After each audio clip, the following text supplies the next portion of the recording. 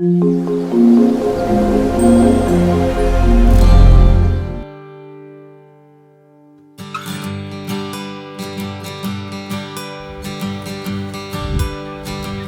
guys, just thought I'd do another update on the Murray River around Mildura and St Rosia. Today I'm heading to Wentworth, which is about 30 kilometres I suppose from Mildura. It sits on both the Murray and Darling rivers, so it can be somewhat of a bottleneck for all the water that's coming down. It's already experiencing a little bit of flooding, very minor, but all that water we've seen in the floods down south the last couple of days won't get here for another couple of weeks, but I suppose the concern is that there's already a lot of water here and already a lot of water coming down, so that's just going to add to the problem. And there's a little bit of rain predicted next week as well, so we'll just have to wait and see what happens. But St Rosia are usually pretty well prepared. There's the current dam levels of some of the dams in Victoria. You can see most of them are well over capacity. That doesn't include the Menindee Lakes, which feeds the Darling River above Wentworth, so that's also at capacity.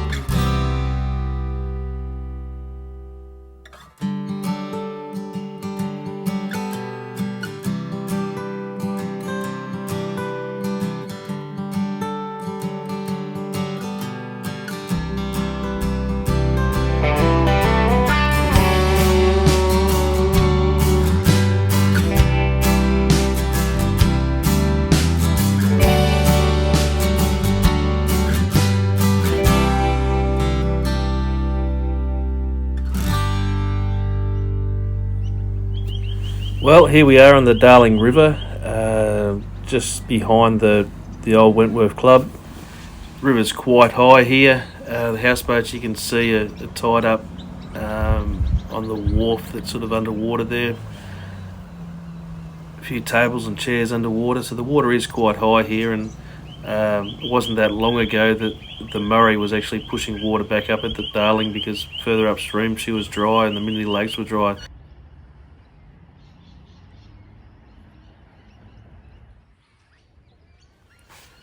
Okay, I'm at the Wentworth Junction where the Murray and the Darling meet. I'm actually standing on the levee bank that was built for the 1956 floods, so there's still quite a bit of room before it even comes close to breaking those, but there's a lot of water still coming down, so we'll just have to wait and see. We'll move down to the car park and have a bit of a better squiz.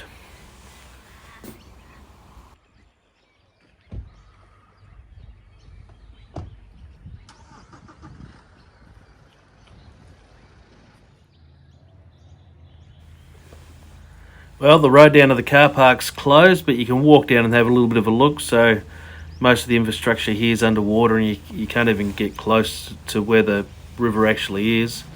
It probably looks a lot worse than what it is, but as I said, all that water's still coming down.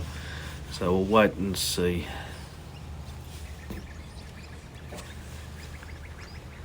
All right, we'll go down to the Lock and Weir and have a look there.